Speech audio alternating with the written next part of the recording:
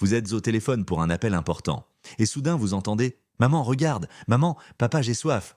Une, deux, 10 fois. Vous perdez le fil de votre conversation, la patience s'envole. Vous vous demandez comment lui faire comprendre que c'est mon tour de parler sans devoir crier ou me fâcher. Je sais ce que c'est et la solution n'est pas ce que l'on croit. Dans cette vidéo, je vais vous donner une technique psychologique complète, étape par étape, avec les phrases exactes à utiliser pour que votre enfant apprenne à attendre son tour. Et restez bien jusqu'à la fin car je vous révélerai l'erreur numéro 1 que presque tous les parents commettent et qui, sans le savoir, encourage l'enfant à interrompre encore plus.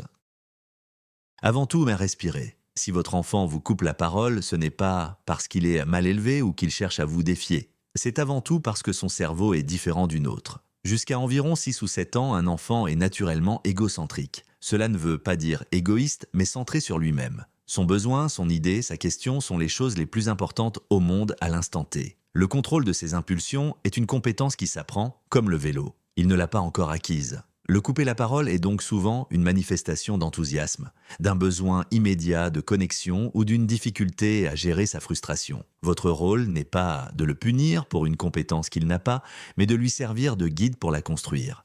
Et c'est exactement ce que nous allons faire ensemble aujourd'hui. La première étape se passe avant même que l'interruption n'arrive. C'est la préparation. Si vous savez que vous allez devoir vous concentrer, parlez-en avec votre enfant. Mettez-vous à sa hauteur, regardez-le dans les yeux et prévenez-le. C'est une façon de le respecter et de le responsabiliser. Vous n'imposez pas, vous cadrez. Par exemple, juste avant de passer un appel, vous pouvez lui dire « Mon chéri, je vais devoir appeler quelqu'un au téléphone. C'est important et j'ai besoin de calme pendant 5 minutes. Pendant ce temps, tu peux faire ce puzzle, d'accord? Dès que j'ai fini, je suis tout à toi. » Cette simple anticipation change tout. Vous lui donnez de la prévisibilité et un sentiment de contrôle, ce qui diminue grandement le besoin d'interrompre pour se rassurer. C'est la base, mais elle est souvent oubliée. Passons maintenant à l'étape 2. Que faire quand, malgré tout, il vous interrompt? L'interruption a lieu. Votre premier réflexe ne doit pas être la parole, mais le geste. Établissez un geste signal non verbal. C'est un code secret entre vous et votre enfant, qui signifie « J'ai entendu que tu voulais me parler, attends juste une seconde ». Le geste le plus simple et le plus efficace est de poser doucement votre main sur son bras ou son épaule tout en maintenant un contact visuel bref et rassurant. Ce contact physique est crucial. Il envoie le message « Je te vois, tu existes, je suis connecté à toi, même si mes oreilles sont occupées ». Ce geste simple désamorce l'urgence. L'enfant ne se sent pas ignoré, ce qui est souvent la cause de l'escalade. « Maman, maman, maman », il se sent reconnu. Cet instant de connexion physique lui donne la patience nécessaire pour attendre la suite. Et la suite, c'est la troisième étape, la première phrase que vous allez prononcer. Après le geste vient la parole, mais attention, pas n'importe laquelle. La première phrase doit valider son intention, sans pour autant céder à sa demande. C'est le principe de la validation émotionnelle. Vous reconnaissez son besoin, ce qui calme instantanément son cerveau. Évitez les « attends » ou « chut » qui sont des murs. Préférez une phrase qui montre que vous l'avez entendu. Par exemple, vous pouvez dire à voix basse, en continuant de regarder la personne avec qui vous parlez, « Je vois que tu as quelque chose d'important à me dire ». Ou encore, « J'ai hâte d'entendre ce que tu veux me raconter ». Vous voyez la différence? Vous ne dites pas « oui » à sa demande, mais vous dites « oui » à son existence et à son importance. C'est une nuance fondamentale. Vous lui apprenez que son message a de la valeur, mais que le timing est aussi important. Une fois son besoin validé, il est prêt pour l'étape 4, la redirection.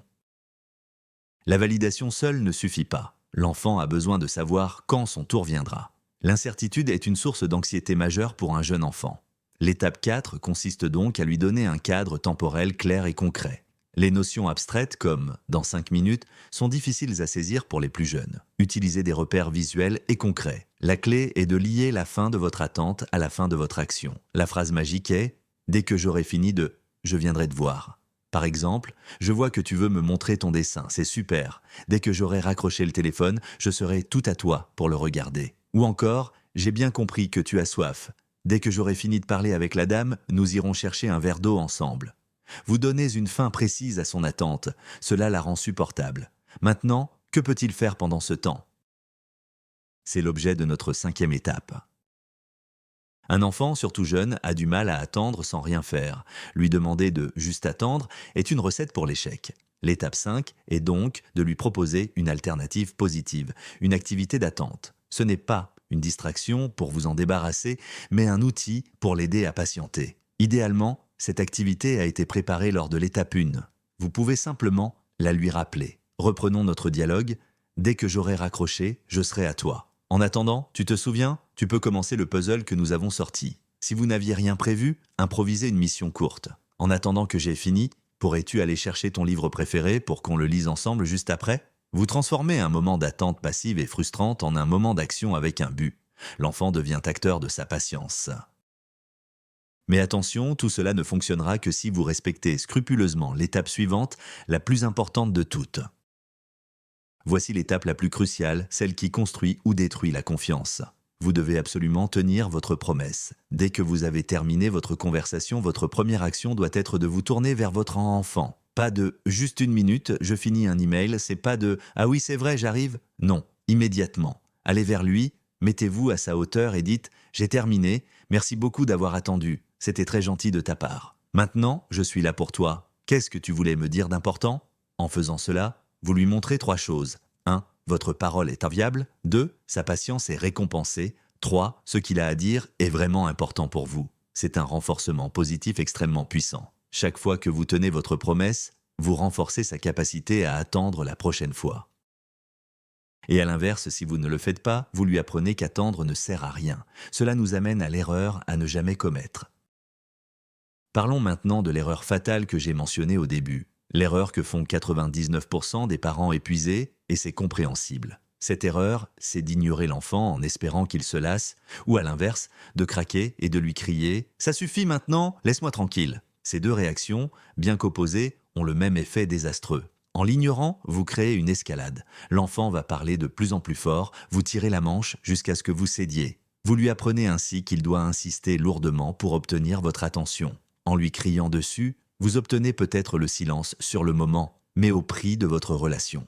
L'enfant se sent rejeté, honteux, et son besoin de connexion n'est pas satisfait. Il reviendra donc à la charge plus tard, de manière encore plus maladroite.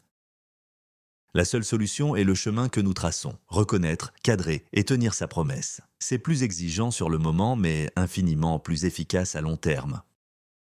Pour ancrer durablement cette compétence, ne vous contentez pas de réagir dans le feu de l'action. L'étape 8 consiste à pratiquer de manière ludique, en dehors des moments de tension. Le jeu de rôle est un outil formidable. Installez-vous avec votre enfant et dites « Et si on jouait à un jeu, je vais faire semblant d'être au téléphone, et tu vas t'entraîner à me montrer que tu veux me parler sans me couper la parole. Quel serait notre geste secret ? Laissez-le choisir le geste, par exemple, posez sa main sur votre genou. Jouez la scène. Il pose la main, vous mettez votre main sur la sienne, puis vous faites semblant de raccrocher et vous lui donnez la parole. Félicitez-le chaleureusement. Bravo, tu as réussi à attendre, c'est super. En le transformant en jeu, vous dédramatisez la situation et vous ancrez le bon comportement dans son cerveau de manière positive et amusante. Et n'oubliez pas la 9e étape qui vous concerne directement. Les enfants apprennent beaucoup plus de ce que nous faisons que de ce que nous disons. La 9e étape est donc simple mais essentielle. Modélisez le comportement que vous attendez. En d'autres termes, ne coupez pas la parole à votre enfant. C'est si facile, quand il raconte une longue histoire qui n'en finit pas, de l'interrompre pour poser une question ou pour finir sa phrase à sa place. Résistez à cette tentation. Laissez-le aller au bout de sa pensée, même si c'est lent et confus. Montrez-lui que vous l'écoutez attentivement jusqu'à la fin. De la même manière, faites attention à ne pas couper la parole à votre conjoint ou à d'autres adultes devant lui. Il vous observe. Si les adultes de la maison s'interrompent de constamment, le message qu'ils reçoivent est « c'est comme ça qu'on communique ». Soyez l'exemple du respect que vous souhaitez recevoir. Et enfin, que faire si, malgré tout, il insiste encore et encore ? C'est notre 10e et dernière étape. Vous avez appliqué toutes les étapes. Le geste, la validation, la redirection, mais votre enfant insiste, pleurniche ou commence une crise. C'est l'heure du test final. La 10e étape est de rester calme et de tenir le cap. Ne cédez pas. Si vous cédez face à l'insistance, vous anéantissez tous vos efforts précédents. Vous lui apprenez que la crise est la stratégie gagnante. Répétez le message calmement mais fermement comme un disque rayé. Mettez-vous à sa hauteur et dites « Je comprends que c'est difficile d'attendre. Je t'ai dit que je viendrai te voir dès que j'aurai fini. Je tiens toujours mes promesses. » Ne rentrez pas dans la négociation ou la justification. Votre calme est son encre. Il peut être frustré, il a le droit. Accueillez son émotion, mais pas sa demande. Je vois que tu es fâché, c'est long d'attendre. Viens, on va s'asseoir ensemble en attendant que j'ai fini. Vous restez ferme sur le cadre, mais doux sur la relation. C'est ça la clé de l'autorité bienveillante. Pour résumer, la prochaine fois que votre enfant vous coupe la parole, souvenez-vous de cette séquence. 1. Un geste doux pour connecter. 2. Une phrase pour valider son besoin. 3. Une redirection claire pour lui dire quand sera son tour. Et surtout, 4. Tenez toujours votre promesse. Je sais que ce n'est pas facile. Vous êtes au samo de bons parents qui font de leur mieux. Apprendre à votre enfant le respect du temps de parole est un marathon, pas un sprint. Soyez patient avec lui et surtout, soyez patient et bienveillant avec vous-même. Vous avez le droit d'être fatigué. Si cette vidéo vous a apporté de la valeur, mettez un pouce bleu pour nous soutenir et abonnez-vous pour ne manquer aucun de nos prochains conseils. Et maintenant, j'ai une question pour vous. Quelle est la situation la plus frustrante ou la plus drôle où votre enfant vous a coupé la parole? Racontez-nous dans les commentaires, j'ai hâte de vous lire.